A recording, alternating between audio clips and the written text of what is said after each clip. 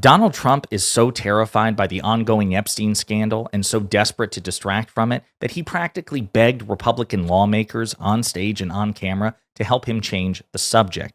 He openly told them that anytime they're asked about Epstein or the Epstein files, they should deflect to a bullshit Obama conspiracy theory. He just totally dropped all pretense and said it out in the open. But before we unpack all that, if you end up liking this video and you want to support the channel, please be sure to hit the like, subscribe, and alert bells before you go. All right, friends, we're going to play this clip from Donald Trump speaking to Republican lawmakers yesterday. And Republicans are doing well. And I have the best numbers I've ever had. You know, it's amazing. I watch people on television. Well, what about Donald Trump's polling numbers? Yeah, they're the best numbers I've ever had. And with this made-up hoax that they're talking about, my numbers have gone up 4 and 5 points. They want to do anything to get us off the subject of making America great again. And we're not going to put up with it. So before he goes on, I should point out that actually Donald Trump is currently sitting at the lowest of his second term so far. The only president more popular at this point in their presidency than Donald Trump is Donald Trump in his first term. He is at his all-time second term low. And remember, don't let them forget, it's so important, Obama cheated on the election. Look, the camera just went off.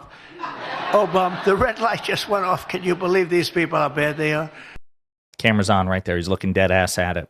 Obama cheated. When they give you all the nonsense, Obama cheated and his people cheated, but he was there. You ever hear this? They talk about, if they ever even mention it, they never mention his name. Just the opposite with me. But they only mention my name. They don't mention any of you guys. They don't mention Tom. They don't mention Steve. They don't mention our great speaker. They mention Trump all the time. I'd like to have them mention you. But remember this, Obama cheated on the election. And we have it cold, hard, blue, and it's getting even more so because the stuff that's coming in is not even believable. So, and you should mention that every time they give you a question that's not appropriate. Just say, oh, by the way, Obama cheated on the election. You'll watch the camera turn off instantly. So the camera stayed on. I don't know what the hell he's talking about, number one. Number two, note the Freudian slip there. He's like, this is so unbelievable. None of it's believable. Exactly, because you're peddling a bullshit conspiracy theory, which has been debunked 7 different ways, and it's not working. Epstein is still front of mind for the American people, and Trump's polling on the Epstein situation is atrocious. But again, note the plain, blunt, begging, pleading language. You should tell them, change the subject, talk about Obama cheating. He's desperate to change the topic, and he's hoping that this will do the trick. But so far, it hasn't actually landed. To say nothing of the fact that, again, his bullshit conspiracy theory is indeed just that. Media's reporting on this. Trump drops foolproof plan for handling Epstein barrage at Republican event. Again, tongue-in-cheek here. Trump administration's attempt to bury the so-called Epstein files is now in its 3rd week, and the heat just keeps going up. Just as it seemed the frenzy had reached its peak this past weekend, the Wall Street Journal dropped a hotly anticipated profile of the Trump-Epstein relationship that included a highly suggestive note. Amid a blizzard of disturbing resurfaced clips, CNN dropped a new bombshell Tuesday when they released new photos and videos of Trump and Epstein together in the 90s, and we'll talk about that in a separate video. But Trump, who has taken to assailing anyone who asks about the case, thought up a new strategy as he addressed Republican lawmakers at a reception in the East Room of the White House Tuesday night. In a rant about what he called the made-up hoax that they're talking about, Trump told Republicans to reference his baseless and discredited accusation of treason against former President Obama anytime they get a question about Epstein. And again, they note the cameras did not turn off instantly. Again, Trump is just totally full of shit here. He's desperate, he's flailing, and he's so desperate and flailing that he's even dropping the pretense. Typically, when people are insecure, they're panicked, they're worried, they don't actually admit to it. They don't actually admit to the thing that they're trying to distract or deflect, that the distraction is a distraction or deflection is the deflection. You hope nobody actually believes that, because then they're less likely to buy into the deflection and be distracted. Trump is just so panicked about this, he's dropping all pretense and laying it out there. We need to distract from the Epstein files, so anytime they ask you about this, bring up this bullshit conspiracy theory.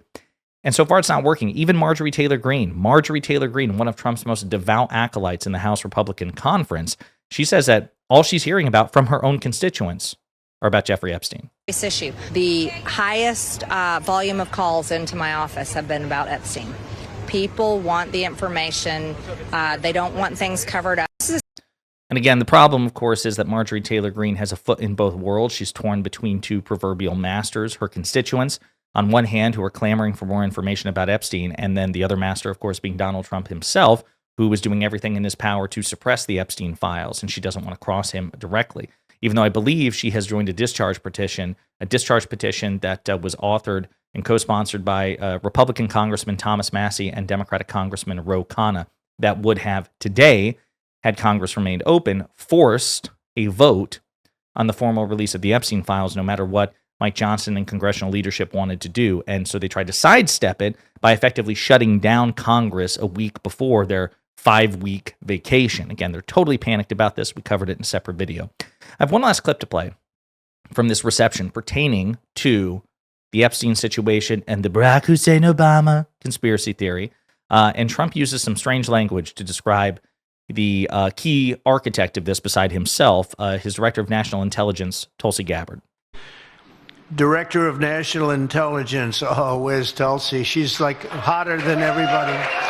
She's the hottest one in the room right now because she found out with certainty. I think we knew it before, in all fairness, Tulsi, but now you have certainty. She has all the documents. She has everything that you need.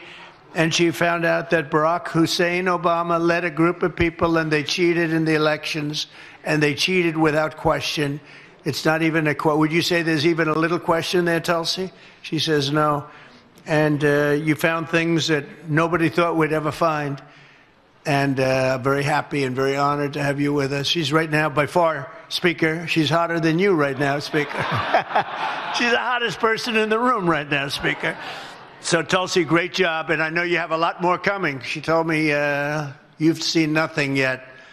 So I heard those rumors about you, but now I know they're true. So we're very proud of you, Tulsi. They cheated so badly, and ultimately it led to a loss in 2020, and it shouldn't have been a loss. It was a big victory. We won by a lot. We had to do it again. But if I thought we lost, I would never have run again. And this is a far more consequential election than it would have been if we did. That's the only thing I can say. So again, obviously totally full of shit. And while he was talking about Tulsi, it clicked with me. I remember Tulsi Gabbard was on Joe Rogan back in 2018 when she was vying for the primary, the Democratic primary presidential nomination. She was a loyal Democrat then, and she had a very different tune on the Russian interference situation. Of course, she's changing now because she's an unprincipled grifter and opportunist who sold her soul for a seat at the table of the Trump administration, and she should be relentlessly mocked for the rest of her life. And hopefully after the Trump administration, this will be the absolute brutal end of her political career, and she'll just have to go become like a right-wing podcast or something. I'm sure it would be more financially lucrative anyway. But yeah, so there you have it, folks. Donald Trump just laying it out, dropping all pretense, saying, hey, listen, this isn't working for me. The polls are really bad, even though I'm insisting the polls are not bad. And it is true that his approval rating among Republicans has climbed during the Epstein debacle.